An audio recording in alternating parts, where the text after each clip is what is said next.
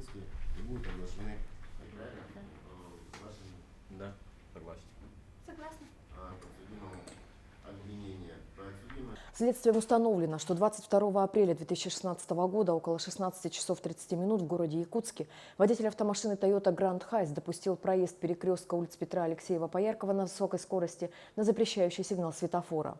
Пытаясь избежать столкновения со встречной автомашиной, завершающей маневр поворота, водитель выехал на тротуар, где совершил наезд на 5 пешеходов, стоящих на автобусной остановке. В результате дорожного происшествия смертельную травму получил 12-летний ребенок, который скончался на месте ДТП до приезда скорой помощи. 2 женщины 20 лет и 31 года, а также 2 мужчин 26 и 30 лет были доставлены в медицинское учреждение для оказания первой помощи. Следователями проведен большой объем работы. Допрошены потерпевшие, свидетели дорожно-транспортного происшествия. Проведено несколько осмотров места происшествия. Осуществлен комплекс экспертных исследований. Собранные доказательства подтвердили виновность водителя и легли в основу обвинительного заключения.